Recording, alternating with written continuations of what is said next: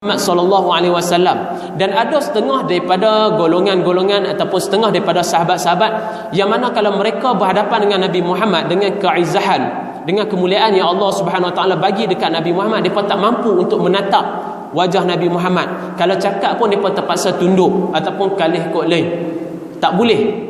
Sebab apa? Sebab ada hadis yang kita pernah sebut bahawa Sayyidina Aisyah, kan, dia sebut, dia kata Nabi Muhammad sallallahu alaihi wasallam ni, dia ni tidak diberikan dengan sepenuhnya apa tu orang panggil apa? Syama'il, apa tu kepribadian dia. Dia tak bagi sepenuhnya kecantikan, tak zahirkan Allah Subhanahu wa taala. Hanya setengah saja. Lepas ni lagi setengah Allah Subhanahu wa taala akan kurniakan. Dengan sebab apa? Kalau Allah Subhanahu wa taala bagi semua kesempurnaan ini yang telah dinyatakan ini kepada Nabi Muhammad sallallahu alaihi wasallam, nescaya kita tak mampu ataupun sahabat-sahabat tak mampu langsung nak tengok muka Nabi Muhammad sallallahu alaihi wasallam. Ini pun baru setengah, dah setengah daripada sahabat tak mampu nak tengok, dengan sebab tak mampu nak gambarkan dengan ketampanan wajah Nabi Muhammad sallallahu alaihi wasallam ni. Sehingga kan Sayyidina Aisyah dia pernah sebut dalam hadis dia kata kalaulah Nabi Yusuf alaihi salam tu, orang perempuan tengok dia sampai luka tangan, kan, duk belah buah ni. Adapun kalau Nabi Muhammad sallallahu alaihi wasallam, kalau perempuan-perempuan tengok, nescaya akan terpotong hati depa. Luka hati ni punya, tak boleh nak tengok. Kalau kita duk tengok anak-anak kita, kan, anak-anak kita macam mana pula, kan, ustaz ni pun ibu anak minta dak lagi. Jadi kalau kita tengok anak-anak tuan-tuan, tak sedap juga. Kalau kita tengok anak-anak depa guna apa? Isim nakirah maksudah. Depa yang mana yang kita maksud lah, isim nakirah maksudah. Kalau kita tengok anak-anak depa yang mana yang boleh bagi orang panggil syok punya duk tengok cerita Korea, kan, ni handsome lah, kan, tempat sini tak ada lah, kan, tempat lain. Sehingga kan pelajar kita dekat kitab pun ada, kan, ustaz ni handsome, ni dak, boleh bagi tahu, ni boleh lah, kan. Baru tengok cerita Korea, kan, hatu yang kalau boleh kita cuba pamerkan kepada mereka balik, terai pula baca kat mereka, bagi tahu tentang sifat-sifat yang ada pada Nabi Muhammad sallallahu alaihi wasallam. Kalau Korea mata dia macam nak buka tak mau buka tu sama banyak, kan. Mata tu orang panggil apa? Panjang muncung lah, kan. Nak buka dengan tak mau buka tu sama banyak ya. Buka ke tak? Kena dia senyum kita tengok dia ni buka ke tak, ataupun pejam mata ke, teriak ke, tidur ke, kan. Itu pun ramai yang minat. Ini Nabi Muhammad sallallahu alaihi wasallam, kita baca daripada awal itu, kita tengok dengan sifat yang Allah Subhanahu wa taala bagi, cukup istimewa Nabi Muhammad sallallahu alaihi wasallam, sehingga sahabat pun tak boleh nak bayangkan. Kita tak boleh nak bayangkan. Cuma kita tengok, kita dalami, mudah-mudahan dengan apa yang kita kenal Nabi Muhammad sallallahu alaihi wasallam, kasih dan cinta kita kepada Nabi Muhammad sallallahu alaihi wasallam akan lebih terbina, akan lebih terbentuk. Dan Nabi Muhammad sallallahu alaihi wasallam juga berpesan kepada kita supaya kasih kepada Nabi Muhammad lebih daripada kamu kasih daripada ahli keluarga kamu. Yang tu pesan Nabi Muhammad sallallahu alaihi wasallam. Hari ini insya-Allah kita akan sambung dalam bab majaa fi khatamin nubuwati. Bab pada menyatakan tentang khataman nubuwah, iaitu apa? Orang panggil tanda yang ada pada Nabi Muhammad sallallahu alaihi wasallam yang menyatakan bahawa Nabi Muhammad sallallahu alaihi wasallam ini adalah rasul yang telah diutuskan oleh Allah Subhanahu wa taala. Babu majaa fi khatamin nubuwati. قال مصنف رحمه الله تعالى ونفعنا به وبعلومه في الدارين آمين يا رب العالمين. باب ما جاء في خاتم النبوة. Kalau kita baca pondok macam tu lah, kemudian pi pula boleh baca dengan baba, boleh baca dengan babi. Jangan kejut nah kalau ada ustaz yang baca babi ma jaa fi khatamin nubuwati. Jangan dah buat ustaz tu dia mencarut ke apa. Yang tu orang yang mana yang mengaji lurah dia tahu, yang mengaji secara talaqi sebiji-sebiji dia tahu tempat i'rab dia. Sebab apa boleh baca dengan baba? Sebab apa kita boleh baca dengan babu? Dalam tu tak ada lah, ni kita Arab. Sebab apa kita boleh baca dengan babi? Yang ni ada 3 wajah boleh baca. Nak baca salah satu daripada mana pun tak apa. Tapi kalau lah kita duk buat baca rasa-rasa berapa orang nak main tu, duk baca, buat baca macam pondok tu, Ini pada bab menyatakan tentang khataman nubuwati. Hak tidur lena bersyarat tu, hak yang duk baca perang-perang macam ni pun kan, biasalah orang panggil apa, taman-taman syurga kan. Okey, ini pada bab yang menyatakan tentang khataman nubuwah, tanda yang ada pada Nabi Muhammad sallallahu alaihi wasallam. Wa bihi qala حدثنا قتيبة بن سعيد قال حدثنا حاتم بن إسماعيل عن الجعد بن عبد الرحمن قال سمعت السائب بن زيد يقول ذهبت بي خالتي إلى النبي صلى الله عليه وسلم فقالت يا رسول الله ابن أختي وجع فمسح صلى الله عليه وسلم رأسي ودعا لي بالبركة وتوضأ فشربت من وضوئه ثم قمت خلف ظهره فنظرت إلى الخاتم بين كتفيه فإذا هو مثل زر الحجلة. Hadis ini telah diriwayatkan oleh Sa'id bin Yazid. Maka dia kata apa? Sa'id bin Yazid berkata, makcikku, khalati tu makcikku, atau kalau orang lelaki, yang ni bagi orang perempuan khalati. Kalau ammah, ammun tu lelaki kan, ammun. Makcikku, khali. Kalau khali ni pakcikku, tu kena bezalah. Dia buat masuk dengan ta tu, maka menyatakan bahawa di sini perempuan, makcikku. Dia ada beza. Adapun ammun, dia sebelah belah mak. Ammun sebelah bapa. Ammun dengan ammati, makcik dan pakcik sebelah mak bapa. Ini kena mengaji suku lah pula. Saya duk mengaji ni saja habis pakai dengan makcik pakcik. Tok tak main lagi, tok nek semua ada lagi. Makcikku mengajak aku bertemu dengan Rasulullah sallallahu alaihi wasallam. Kemudian makcikku berkata, wahai Rasulullah sallallahu alaihi wasallam, sesungguhnya anak saudaraku iaitu As-Sa'id bin Yazid, orang yang meriwayatkan hadis ni, sedang sakit. Ni pada satu hari cerita dia, si As-Sa'id bin Yazid ni ataupun Ibnu Yazid ni, dia sakit. Dia ada sakit sikit dekat kepala dia ke, kat mana-mana lah. Setengah ulama kata dekat kepala dia, setengah kata dia sakit dalam tubuh badan dia. Kemudian dia pun ajaklah makcik dia tahu dengan mukjizat yang telah dikaruniakan kepada Allah Subhanahu Wa Taala kepada Nabi Muhammad sallallahu alaihi wasallam ni. Allah Subhanahu Wa Taala bagi kepada Nabi Muhammad yang mana kadang-kadang doa ataupun apa-apa yang telah dibaca oleh Nabi Muhammad ni boleh menyembuhkan penyakit. Jadi makcik dia ajak dia pergi jumpa dengan Nabi Muhammad sallallahu alaihi wasallam. Tu dia bagi tahu dekat Nabi Muhammad sallallahu alaihi wasallam bahawa wahai Rasulullah, anak aku ni, anak saudara aku ni sedang sakit. Kemudian Nabi Muhammad sallallahu alaihi wasallam, Rasulullah sallallahu alaihi wasallam mengusap kepalaku. Nabi Muhammad pun usap kepala Sa'id, kepalaku, lalu mendoakan keberkatan untukku. Yang ni lah, kalau dalam hadis ni kita tengok, yang ni lah dalil-dalil yang mana ulama-ulama kita buat dalil daripada hadis ni. Makna kata minta ataupun sunat bagi kita untuk pi jumpa, bawa baby anak-anak, anak saudara ataupun sebagainya, tak ada anak bawa anak saudara, jumpa dengan orang alim ulama untuk ambil keberkatan daripada mereka, daripada hadis ni kan. Dan juga pasal cerita dia ni As-Sa'id ni, sehingga kan ada ulama kata As-Sa'id ni dia punya sayang tempat kepala dia yang telah diusap oleh Nabi Muhammad sallallahu alaihi wasallam ni, sehingga kan dia tak potong rambut bahagian tu. Rambut bahagian tu pula tak naik uban, hak lain semua beruban. Kawasan yang diusap oleh Nabi Muhammad sallallahu alaihi wasallam tu masih lagi hitam, tak beruban langsung kawasan tu, dengan sebab mukjizat yang telah diberikan oleh Allah Subhanahu Wa Taala kan.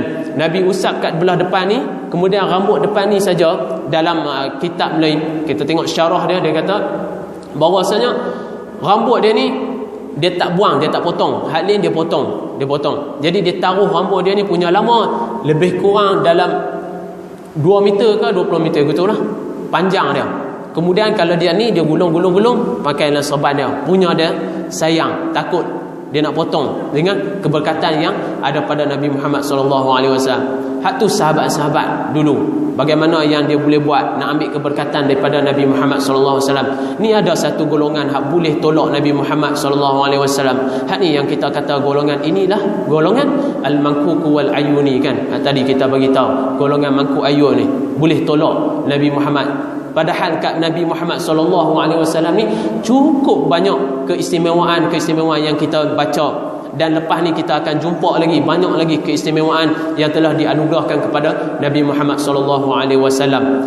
Jadi hadis ni kemudian dia kata wada'ali bil barakati, dan doalah kepada aku bagi barakah kepada aku. Jadi antara daripada istinbat daripada hadis ni juga kan, sunat kalau kita jumpa dengan bayi-bayi yang baru lahir untuk mengusap kepala dia, dan kita doakan kepada doa tu dengan mana yang mana Nabi Muhammad sallallahu alaihi wasallam baca kepada doa kepada Ibnu Abbas, anak saudara dia. Baca dengan apa? Allahumma faqihu fid din wa alimhu ta'wil. Baca doa tu kan. Adapun kalau anak tu kita tahu kata dia ni adalah anak yatim, lepas tu sunat kalau kita tengok dalam kitab-kitab Fathul Mu'in dan sebagainya, kitab-kitab fiqh dia cerita kan, kita usap daripada bawah naik ke atas. Yang tu kalau dari bawah naik ke atas kalau ada ayah. Kalau anak bukan anak yatim, maka usap dari bawah naik atas macam biasa kita duk jumpa budak kita buat macam tu. Adapun kalau kita jumpa anak-anak yatim, maka usap dari atas turun ke bawah. Yang tu sunat antara sunat yang dinyatakan oleh ulama-ulama buat macam tu. Kemudian baca Allahumma faqihu fid din wa alimhu ta'wil. Ya Allah, ya Tuhanku, faqihu fid din, kau berilah kefakihan ataupun kau bagilah dia ni ilmu dalam ilmu agama. Bagilah dia ni mendalami ilmu dalam ilmu agama, faqihu fid din wa alimhu ta'wil, dan kau ajarlah kepada dia tentang ilmu-ilmu ta'wil. Ilmu-ilmu yang mana yang dapat kepada Sayyidina Ibnu Abbas, ayat Al-Quran yang boleh dia takwil dengan apa yang Allah Subhanahu Wa Taala turunkan melalui laduni, ilmu laduni yang mana yang kita biasa dengar kan, ilmu yang datang daripada Allah Subhanahu Wa Taala. Kadang-kadang dia ni tak baca pun tengok-tengok pandai. Yang ni orang panggil ilmu laduni. Yang ni bukan calang-calang lah, bukan orang nak dapat, bukan kata sagi mengaji pun tak mau dengan sebab duk minta doa nak turun ilmu laduni. Ni tak payah duk buat. Sebab apa? Sagi kata Ustaz Isamuddin kata ada ilmu laduni, jadi aku tak payah duk mengaji dah. Duk rumah, duk tidur, bangun tidur, duk tunggu daripada ilham daripada Allah Subhanahu Wa Taala. Hak ni pun termasuk juga dalam golongan al-mankuku wal ayuni juga. Jangan duk buat macam tu. Jadi sunat macam tu kita buat dekat budak-budak yang baru lahir. Baca, kalau budak tu perempuan, tukar saja domir tu, Allahumma faqihha fid din wa alimha ta'wil. Baca macam tu kan. Ya Allah Tuhanku, sama juga maksud dia, cuma tukar domir tu. Yang ni dalam bahasa Arab lah, bagi kenai antara lelaki dan juga perempuan, hu dan ha. Adapun kalau tiba-tiba keluar anak tu, anak yang apa orang panggil, hak ada dua-dua ni, khunsa. Nak baca macam mana? Allahumma faqihu gitu. Tak ada lah kan. Mana kata baca jugalah Allahumma faqihhum fid din. Terus kita letakkan domir.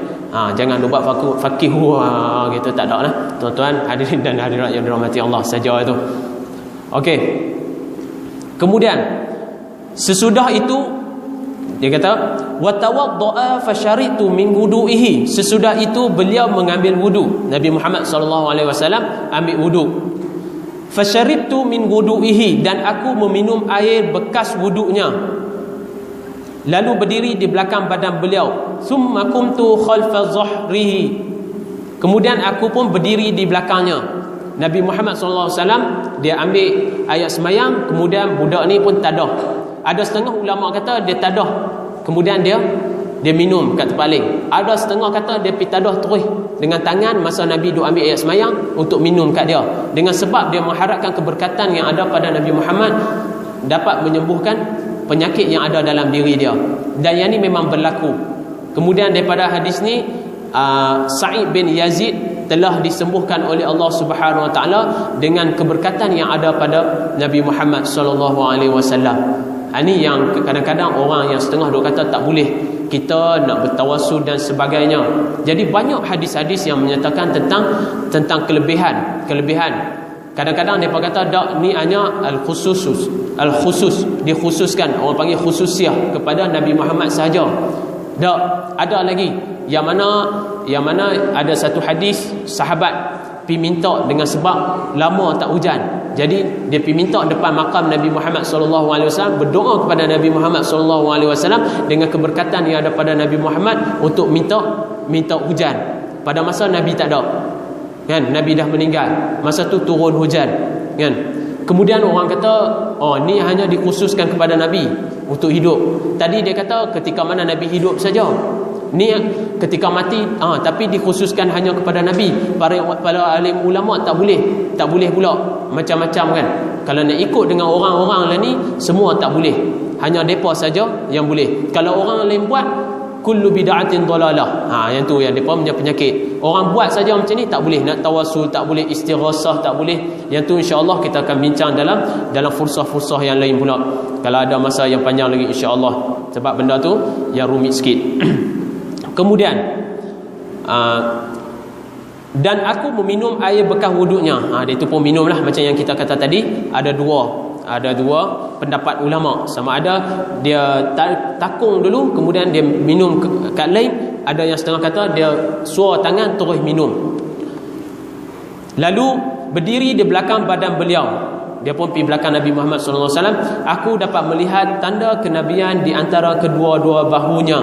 Maka dia pun dapat tengok ada satu khotaman nubuwah, itu tanda yang berada di belakang Nabi Muhammad SAW. Dan dia kata tanda itu seperti butang yang besar. Dalam hadis ni dia kata seperti butang yang besar. Lepas ni kita jumpa lagi hadis yang kata seperti telur burung. Ada yang kata seperti telur burung merpati, ada yang kata seperti telur burung puyuh. Yang ni hanya gambaran-gambaran yang diberikan saja. Dan sebab mereka tengok Nabi Muhammad, yang kita tahu bahawa Nabi Muhammad ni seorang yang pemalu. Bukan dia ni jenis duduk saja pakai seluar pendek basuh kereta tepi jalan apa ada. Nabi Muhammad bukan jenis itu, kan. Jenis pemalu. Dengan isteri dia pun dia pemalu juga. Tapi lepas ni kita jumpa lah bahawasanya Nabi dia juga mandi dengan bini dia dan sebagainya, kan.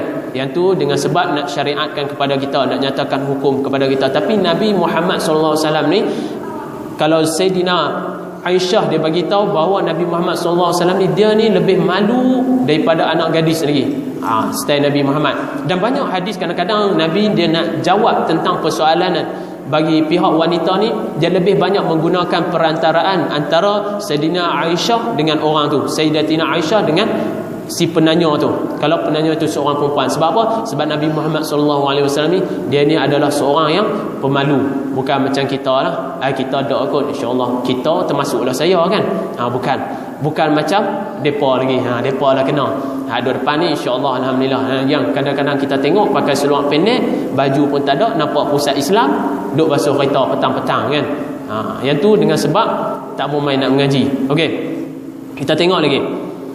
Jadi ulama kata, setengah daripada ulama mengatakan bahawa dalam kalau kita tengok dalam kitab Mawahib Imam Baijuri, dia kata setengah pendapat menyatakan bahawa dekat tanda Nabi Muhammad SAW dia ada tulis Muhammad Rasulullah, ada tulisan sikit Muhammad Rasulullah. Dan setengah daripada ulama lain pula dia kata dia ada tulisan Antal Mansur, kamu telah ditolongkan, diberi pertolongan di belakang tu. Dengan sebab Nabi ini adalah Rasul daripada Allah Subhanahu Wa Taala. Ada tulisan kecil dekat belakang tu. Yang ni adalah dalam kitab-kitab syarah bagi kitab Syama'iyah ni, kita boleh tengok. Okey. Kemudian kita tengok hadis yang seterusnya. Qala haddatsana Sa'id bin Yaqub al-Talaqani قال حدثنا أيوب بن جابر عن سماك بن حرب عن جابر بن سمرة قال رأيت خاتما بين الكتفي رسول الله صلى الله عليه وسلم عدة حمراء مثل بيضة الحمامة. Jabir bin Samurah dia kata apa? Aku pernah melihat tanda kenabian yang ada di antara kedua-dua bahu Nabi Muhammad sallallahu alaihi wasallam. Ada dua-dua bahu di antara antara dua-dua bahu Nabi Muhammad sallallahu alaihi wasallam, dari sebelah belakang dia, iaitu benjolan daging yang berwarna merah sebesar telur burung merpati. Tengok sini dia kata sebesar telur burung merpati, tadi dia kata macam butang. Jadi dekat sini ulama telah simpulkan tiada sebarang khilaf pun ataupun perselisihan yang jauh, ataupun orang panggil apa, tak ada benda yang boleh mu'arridin, menolak benda ni. Sebenarnya yang beza dia dengan sebab benda tu duduk dalam pakaian Nabi Muhammad sallallahu alaihi wasallam. Jadi yang ni dia kata okey, yang ni besar burung merpati sebab dia biasa tengok telur burung merpati. Hak ni dia biasa tengok butang, dia kata besar butang. Yang pastinya kita tak boleh nak kata besar buah durian. Tak boleh lah kan. Tiba-tiba dia kata besar buah durian, tak ada. Dalam ni memang tak ada lagi. Ataupun besar buah nyuk, tak ada. Dia kecil ya khataman nubuwah ni. Dalam hadis ni kita akan jumpa bahawa ada yang setengah menyifatkan bahawa macam ada benjolan daripada rambut kan dan sebagainya. Adapun Jabir bin Samurah dia menyatakan bahawa seolah-olah seperti besar burung merpati punya telur. Siapa biasa tengok, saya pun tak biasa tengok besar mana kan. Kalau burung puyuh tak apa, yang tu berlambak tepi jalan kita boleh tengok. Okey. Kemudian hadis yang seterusnya, dan dalam kitab syarah bagi kitab Syama'il ni Al-Mawahib, dia kata tanda tu duduk betul-betul dekat jantung, berbetulan dengan jantung Nabi Muhammad, duduk belah belakang dekat sebelah kiri, belah belakang sebelah kiri ni kita pun nampak macam robot hari ni, 2-3 hari dah ni duduk sakit tulang belikat, nak tunjuk pun tak boleh kan. Belah belakang ni dah jalan seperti robot dah kita pun. Jadi dia duduk belah kiri berbetulan dengan jantung Nabi Muhammad sallallahu alaihi wasallam. Yang tu tak ada khilaf. Memang ulama-ulama menyatakan bahawa benda tu duduk belah sini. Dan ada pun kalau kita tengok lagi dalam syarah dia kata Nabi Muhammad saja yang duduk dekat belakang ni dan tertutup. Adapun kalau nabi-nabi lain semua duduk dekat tangan depa. Semua duduk dekat tangan depa. Khataman nubuwah ni ada dekat tangan depa. Dengan sebab apa? Dengan sebab kalau nabi-nabi lain ni kan, kalau depa masuk ke hutan dan sebagainya ataupun berada di padang sahara, nak kata dalam hutan belah sana memang tak ada lah kan.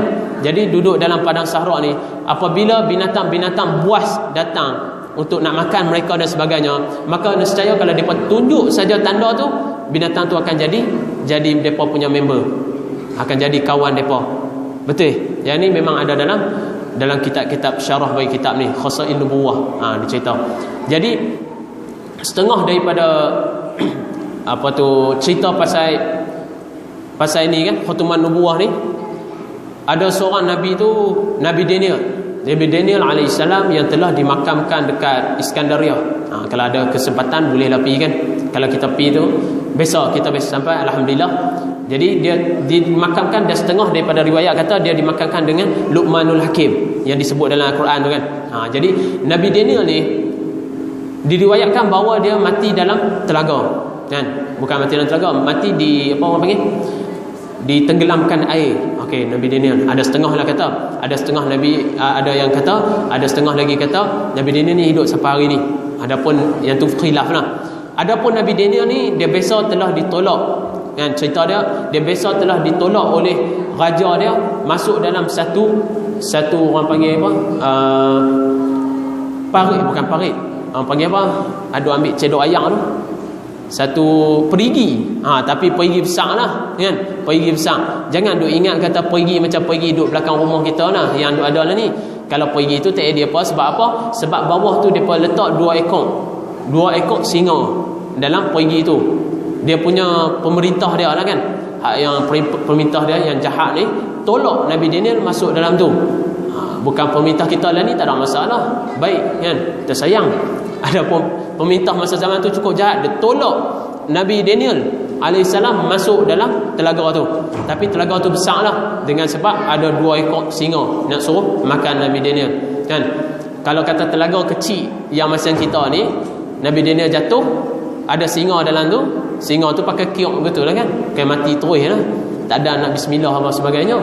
Adapun ni telaga ni besar. Jadi dia jatuh saja dalam tu, Nabi Daniel pun tunjuk yang ada tanda ni, dia pun tengok bahawasanya ini adalah Nabiullah, maka singa tu jadi member kepada Nabi Daniel alaihissalam ni, kan? Tak makan, jadi member lah, kan?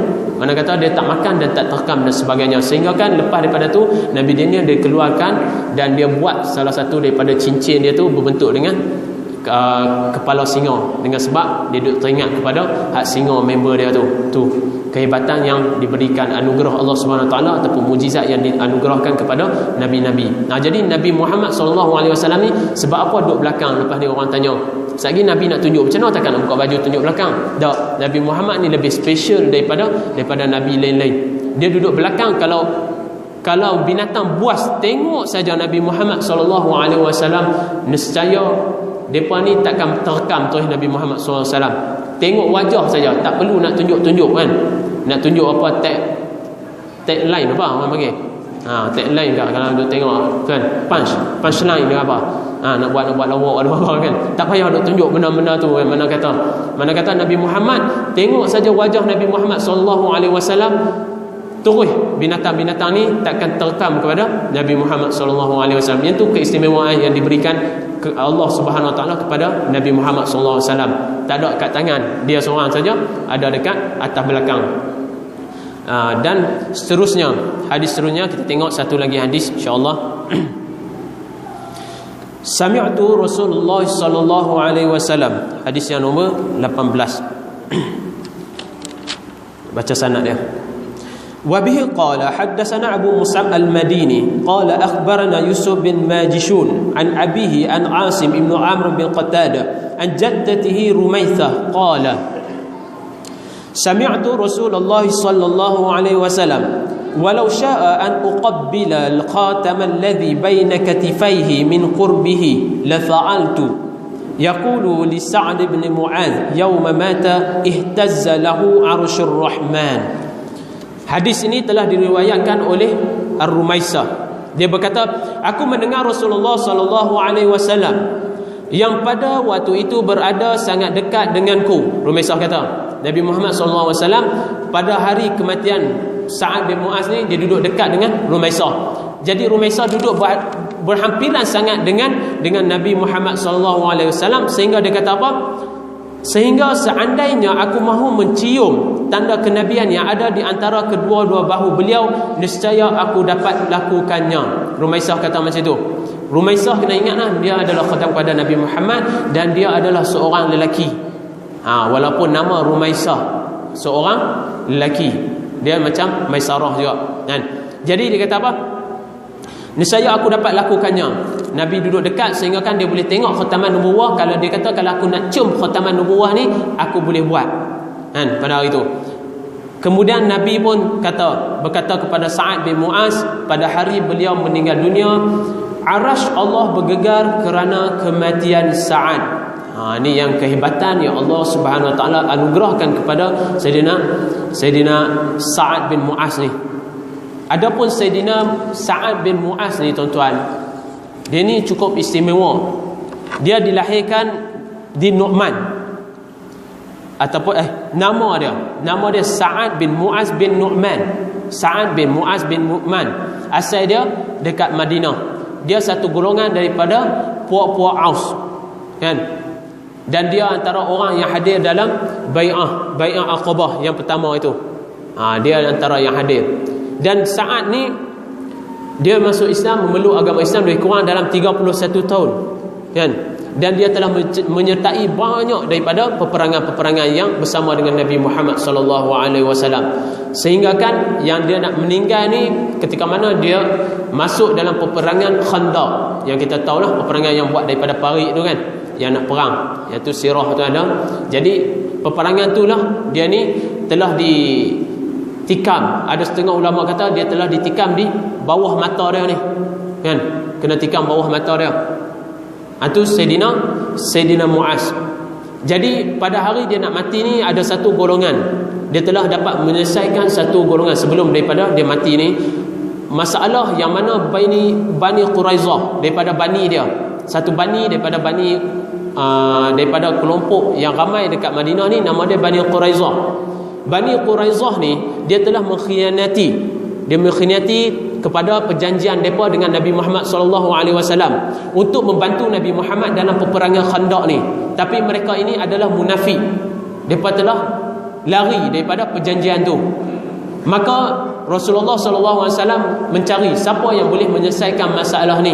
Jadi sepakat semua ahli Nabi dan juga para sahabat, mereka berbincang, maka mereka memutuskan bahawa Sayyidina Muaz boleh buat, Sa'ad bin Muaz ni boleh buat keputusan, dengan sebab Sa'ad bin Muaz ni lebih rapat ataupun dia ni adalah salah seorang daripada golongan Bani Quraizah ni. Maka Sa'ad pun memutuskan bahawa semua lelaki yang menyertai peperangan tu dibunuh, kan? Yang mana yang mereka yang khianat daripada Bani Quraizah ni, semua lelaki daripada mereka menyerpak ni dibunuh. Perempuan-perempuan dan anak-anak mereka ditawan. Kemudian harta-harta mereka ini dibedakan kepada Baitul Mal dan juga kepada orang-orang Islam.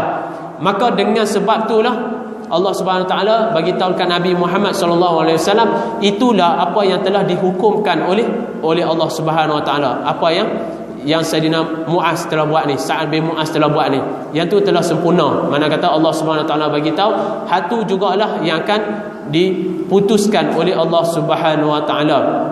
Dan pada hari kematian Sayyidina Sa'ad ni, Nabi Muhammad sallallahu alaihi wasallam dia tengok, kemudian sahabat-sahabat tengok Nabi Muhammad sallallahu alaihi wasallam. Pada dalam ketika yang sama dia menangis, kan? Dengan sebab sahabat dia meninggal. Kemudian daripada dia menangis, Nabi Muhammad sallallahu alaihi wasallam dia suka, dia gembira, dia gelak, kan? Dalam masa yang sama, masa duduk dekat dengan jenazah Sa'ad. Sahabat pelik. Sebelum daripada ni Nabi teriak tu benda makruf, kan? Ada tak kalau kita sahabat-sahabat yang meninggal ataupun ahli keluarga kita yang meninggal, kita pergi duduk gelak macam duduk tengok raja lawak, kan? Itu memang pelik lah, gharib lah. Sagi ada yang nak makan mangkuk, kan? Makan peluku dan sebagainya. Tak ada pernah orang buat. Jadi Nabi Muhammad dia tengok, dia menangis mula-mula, kemudian dia gembira, dia suka, dia senyum. Sahabat pelik dah. Kemudian daripada tu Nabi Muhammad pula dia berpaling muka dia dalam keadaan dia malu, kan? Depa tahulah, depa duduk dengan Nabi lama. Kita pun boleh tahu kalau kita duduk dengan sahabat kita lama-lama, kan? Kita tahu dia ni malu macam mana. Muka dia merah ke, tambah Nabi Muhammad orang kulit putih ni lagi lah, kan? Kalau malu depa muka dia merah sikit. Kalau kulit kita ni, kalau orang Asia kita ni, kalau malu dia nak tukar warna apa, oren ke apa, kita pun tak tahu lah, kan? Jadi Nabi Muhammad ni kulit dia kulit merah. Jadi dia malu, dia berpaling. Dalam satu masa tu dia buat 3 perkara ni. Pertama dia menangis, kemudian dia gelak, kemudian dia malu dan dia berpaling sikit kepala dia tak tengok. Kemudian sahabat pun pelik. Lalu sahabat pun bertanya, wahai Nabi Muhammad, selesai dah daripada pengumpulan semua ni, mereka pun jumpa Nabi Muhammad. Wahai Nabi Allah, wahai Nabi Muhammad SAW, dia tanya, sebab apa aku tengok pada hari kematian Sa'ad, aku tengok cakap hang kau, kan? Enter lah, kan?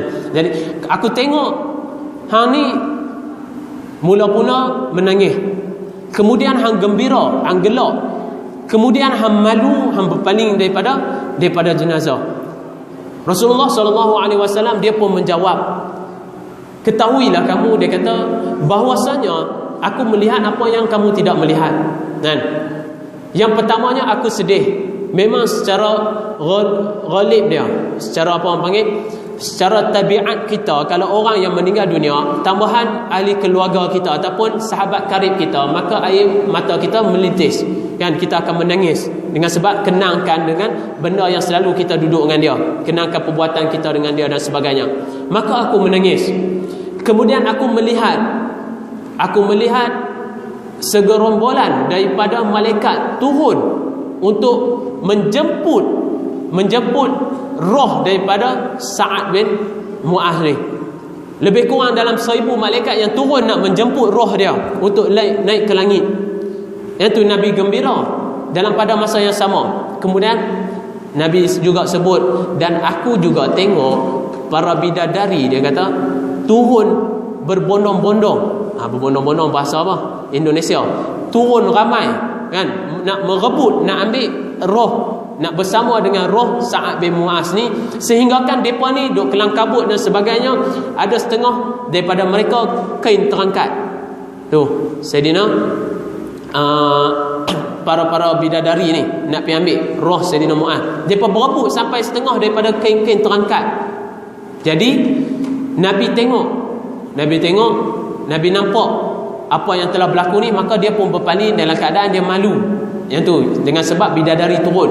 Kemudian kalau kita lah agak-agak, kalau boleh tengok bidadari ni tuan-tuan, cukup cantik, tak boleh nak dibayangkan. Setengah orang kata kulit apa tu sampai nampak urat-urat kat dalam tu kan.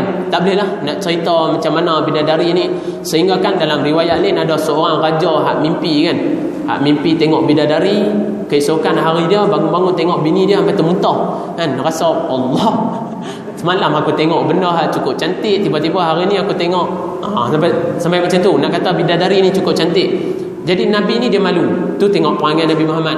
Dia kali agak-agak kalau kita lah boleh tengok kan bidadari turun, asal pandang lama tu tengok Allah. Hatu kita dan kita nak banding dengan Nabi Muhammad sallallahu alaihi wasallam.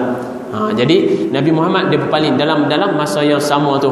Jadi sahabat pelik lah, sahabat tengok bagaimana boleh berlaku reaksi daripada mimik muka Nabi Muhammad sallallahu alaihi wasallam dalam satu masa, tiga benda yang Nabi Muhammad sallallahu alaihi wasallam. Jadi cukuplah agak sekadar itu saja untuk hari ini. Apa yang baik itu datangnya daripada Allah Subhanahu Wa Taala, dan apa yang buruk itu datangnya daripada kelemahan diri anda sendiri, walaupun hakikatnya datang daripada Allah Subhanahu Wa Taala. Aqulu qali hadza wa astaghfirullah li wa lakum wa lisairil muslimin wal muslimat. Wassalamualaikum warahmatullahi wabarakatuh. Kita buka lah kalau nak tanya. Tapi kalau tanya satu soalan kita akan jawab setengah jam. Kalau wani buka dah tanya.